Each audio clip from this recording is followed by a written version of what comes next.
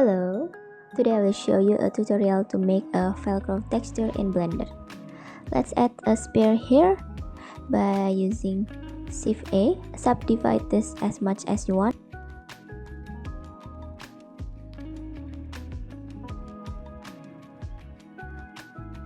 Click Apply, right click on Smooth Shape.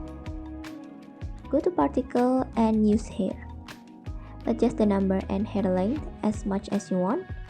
For me, this is enough.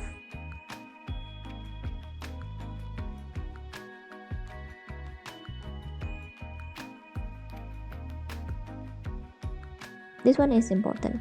Use interpolated on the children section. I will put 30 on display amount to make it fuller and only 24 render. Feel free to modify the clumping and the shape on the clump section. I almost forgot the major issue here. Use cycles for the render engine because if you use if, the result will be different.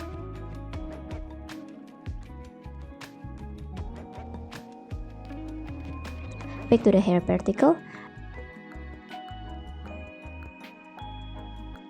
Make sure the king type is curve and you can copy paste my settings here.